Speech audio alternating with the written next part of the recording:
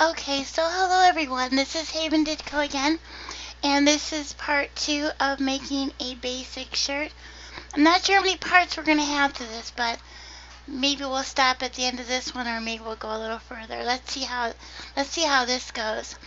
Alright, so please do watch the first one where I showed how to make this basic shirt form. It also goes with the same techniques were kind of used when it comes to making a pair of pants, except the pair of pants video we didn't use any modifiers for. We are going to use modifiers for this, and that's because there are so many curves involved in the woman's avatar shape, and so we do want to take those into consideration. And when we create clothing, we want to come close to the shape that each girl has made for herself. She went through a lot of trouble to make her shape, so let's try to accommodate her with some good clothing. Okay, so this here is the basic shape, like I said. If I go into edit mode, we can see where I left off, and that's good. Now, if I were you, before I went any further with this shirt, I would save this one as file number A or file number 1, and you can always come back and expand on this basic shirt. You could add sleeves to it, you could change the shape of the collar, anything that you want. And so it's nice to save your Blender files in steps as you go. When you get done making this one, I want you to go ahead and we're going to put it into object mode. We're going to come into the modifiers tab of the properties window, which is this wrench icon. You can see the hover text says modifiers. These tooltips are really nice when it comes to beginners because you can click over them or hover them and see what they are. So add modifier, and the first one that I'm going to add is subdivision surface. Now, I'm really not going to use many views. I'm just going to use the default of 1 for now. That's all I need. The second modifier I'm going to use is the shrink wrap. Now, put these here in order because how they are stacked up here does mean a lot. We want it subdivided first and then shrink wrap. We don't want it subdivided after the fact. The shrink wrap modifier right now, do you see where it's red highlighted? That's because we don't have all the settings for this modifier to actually work that we have to have. So we have to have a target for here. In this target area, I'm going to type upper, and you'll see that I get upper body mesh as a choice. And I'll click on that. And so now that is all good to go. The next thing I'm going to do might make this look pretty bad at some points, but we're really going to enjoy the use of it in a little bit. So where it says nearest surface point as the default type, we want to go to project. And the reason that we do that is you see we get some more settings. Well, the settings that I'm interested in is the auxiliary target, which means I can give this a second place to shrink wrap itself too. So I'm going to type upper as well on here. And that's really good because that's going to help us when we want to reshape the bottom of it later on. You'll see that nothing really happened. As a matter of fact, what seemed to have happened with the upper body target here when it closed in a little bit has now been undone. That's simply because when we went to project, we now have to go into the directions area here and choose negative as well. And now you'll see that that is on the avatar, nice and neat. Well, not so neat, right? Look at, we have some edges poking out. We have some mesh that's overlapping. The overlapping mesh is exactly that, it's overlapping. So we are going to get rid of that as we go through this project, and we'll see that happening. But we do want to see our mesh a little bit better than what we see it now. You can see that it's wrapped directly to the body, and so where our faces intersect with the avatar, we actually don't see them. So let's go ahead, and there's this little thing called offset. And if we just click it to 0.01, you'll notice that this comes out of the body. It offsets it just enough to come above it. And that's really good. That's how we want it. Now we can really see, though, this overlapping mesh. It's really making our shirt look bad. So let's go ahead and get rid of that additional geometry. I'm going to tab back into edit mode, and I'm going to make sure that here I have this little upside down polygon turned on. And what that does is it allows us to see the cage, the edit cage, in sync with the object. So the edit cage kind of snaps to the form of the geometry. And this might take a little bit of time to do, but we need to find out exactly which edge loops it is here that is causing this overlap. So the first hint that I get is this one's back here. I'm pretty sure I don't need that edge loop going back there. So let's Alt right click on it. And again, this is another good reason to have the occlude turned off. When I find that edge loop, I'm going to use my delete key, and let me do it where you can see it better. I'm going to come down to where it says edge loops, and I will delete that.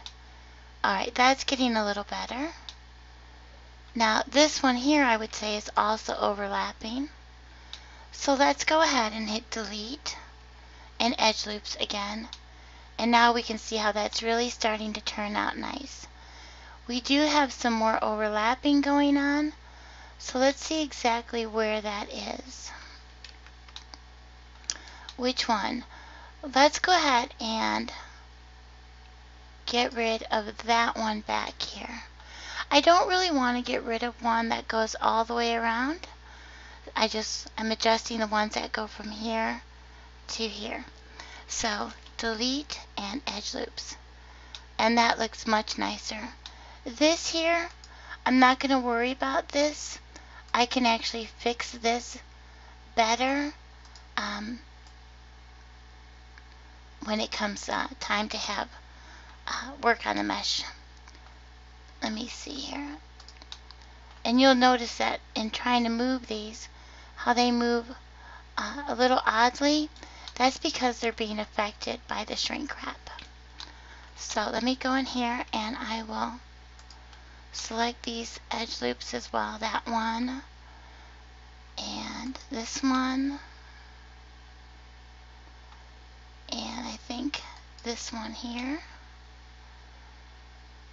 Alright, so delete and edge loops. And maybe we'll get rid of one more here. So delete an edge loop, and that's starting to look pretty nice. Alright. I selected the one in back on accident before, but since I selected it, I figure I might as well just keep it selected. Delete it. And I'm going to try deleting this one and see what happens. No, I don't think so. Change my mind. You can see how it's folding over. We'll just move those a little bit. Get a better result. And again, we can adjust this later on. I'm just getting really close to what I want right now. And so let's go ahead and delete that edge loop. And you can see how this is turning out actually.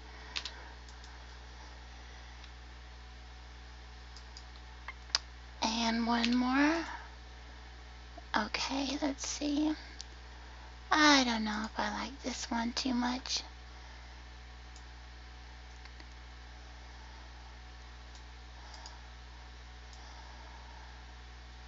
We can unfold those.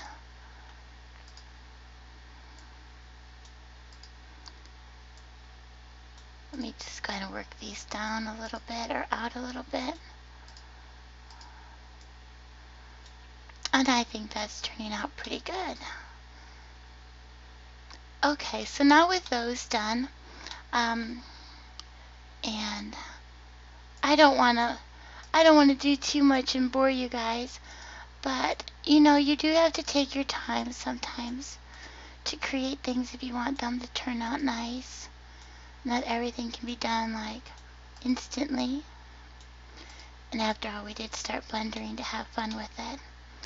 Okay, so now there's an area up here and people say, I'm not quite sure what to do about that. You know, it looks pretty odd, you know, having this triangle there, right? So, forgive my camming, I'm just trying to find the right vertice there, and I think I finally found it. And the reason that it's acting odd is not just the shrink wrap modifier, it's also the subdivision trying to keep itself in line. Okay, let me just see what happens if I delete this one. I might put it back. It didn't give me what I wanted it to. Let me delete this little edge loop maybe. And that's not bad. I did end up with a couple of triangles here, but I can deal with those.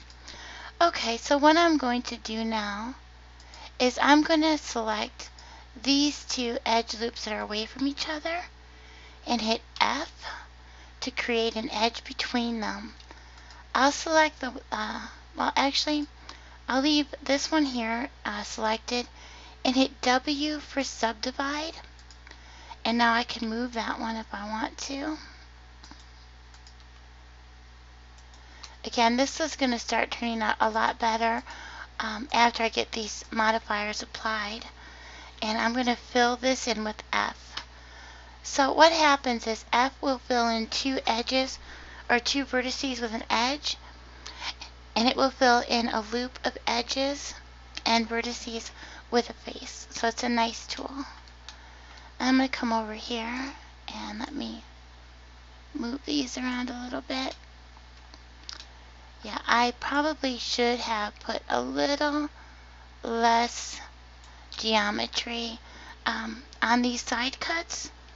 It could have helped, but we're getting a pretty decent result here. So two edges again, and W for subdivide. I mean F for filling it in with a face, then W and subdivide. Let me just move this one up here.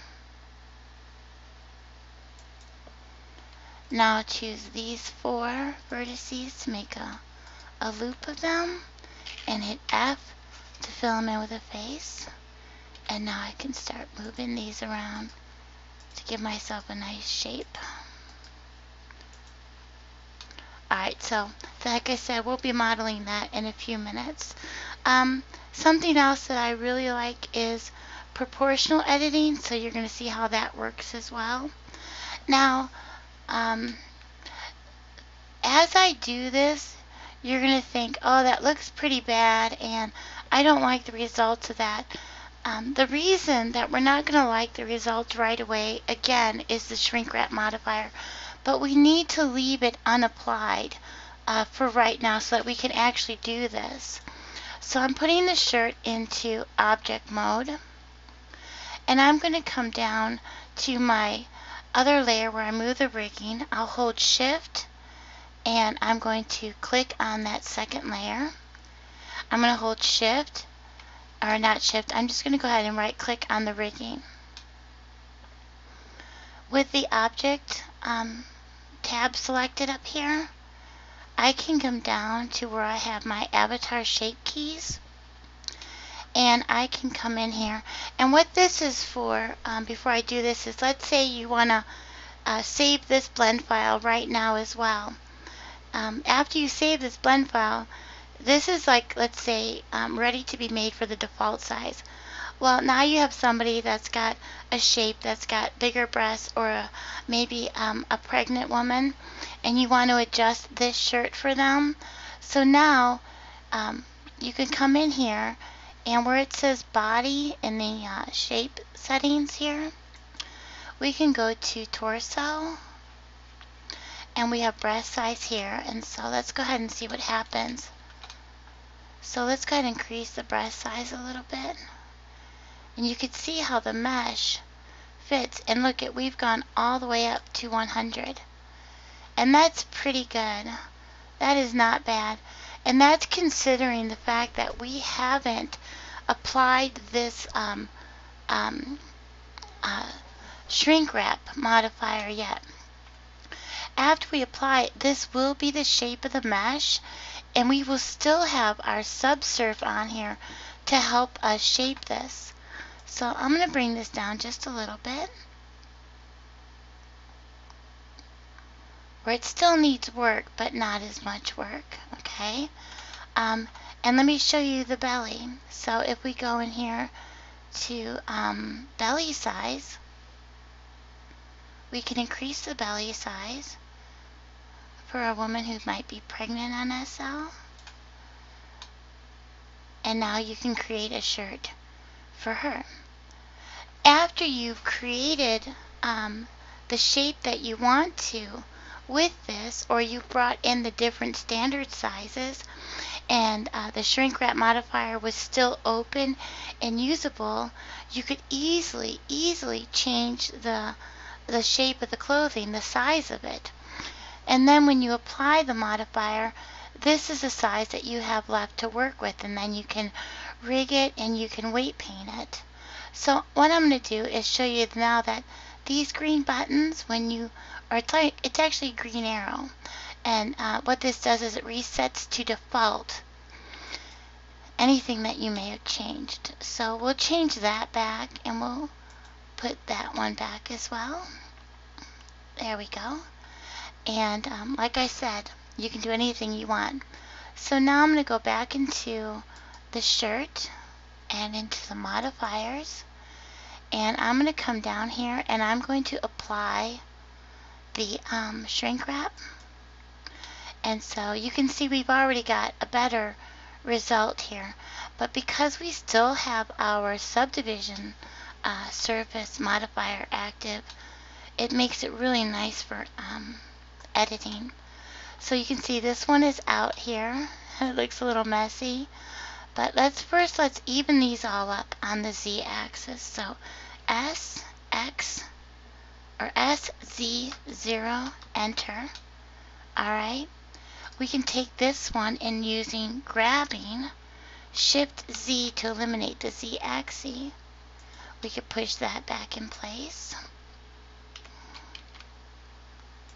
Alright, you can see here that I have one that was kind of tucked behind the other, and so now I can just get that back in place, and that's nice. Over here we have a few that are a little too close, but those we can fix as well very easily. And I do love grabbing this and working in two axes at once. Axes. Yeah, I'm never sure which to call that sometimes. So let me just go ahead and move those over a little. And then another tool that I like to use is proportional editing. And so we can see that these turned out not so bad. They do need a little bit of tweaking. I might even add one more face here. So add those. Oops, you can see I worked through my mesh and I got the other side.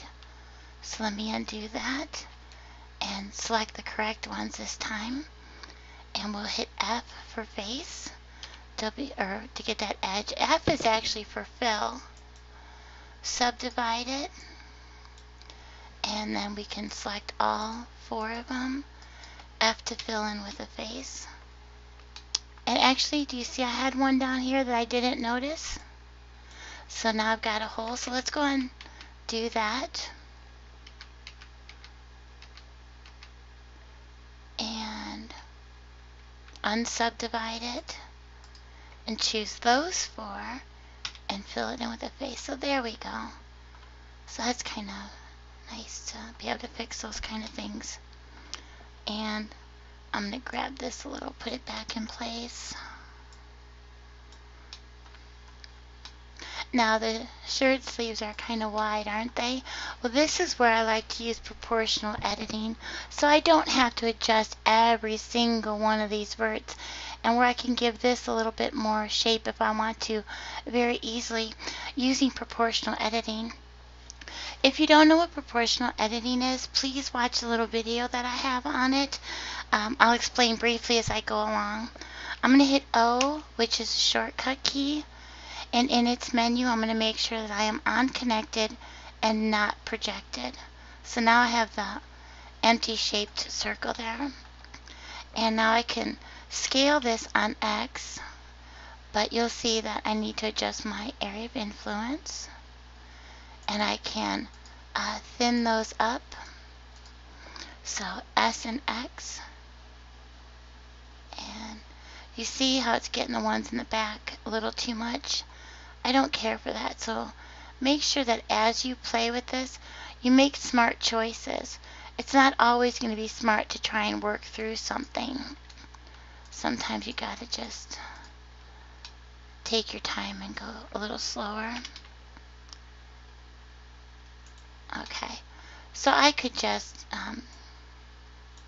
do this all along if I wanted to, adjusting all of them and getting them where I want them. That looks a little silly, tucked up inside there. And maybe turn my proportional editing off for a few of these.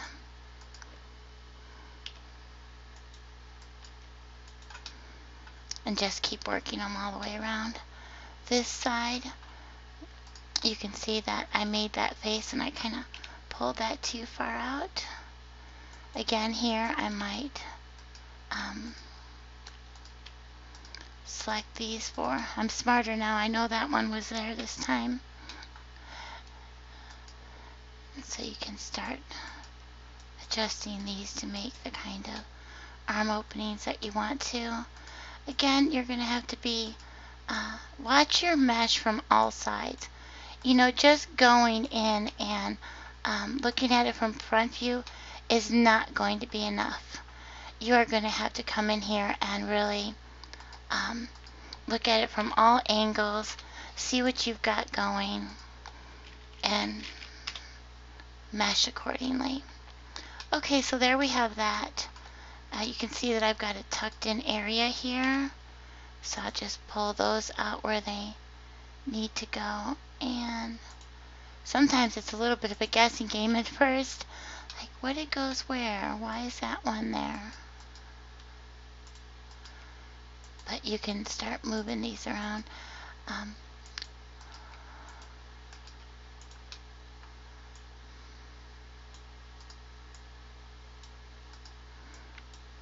Okay, so now let me just go ahead with as little work as we've done on this. If we go into object mode with smooth shading, it's actually not a bad start. So enjoy it, have fun, and we'll see you at the next one. Make sure please that you subscribe to the channel and send us a like or a comment or a suggestion on something else you might like to see.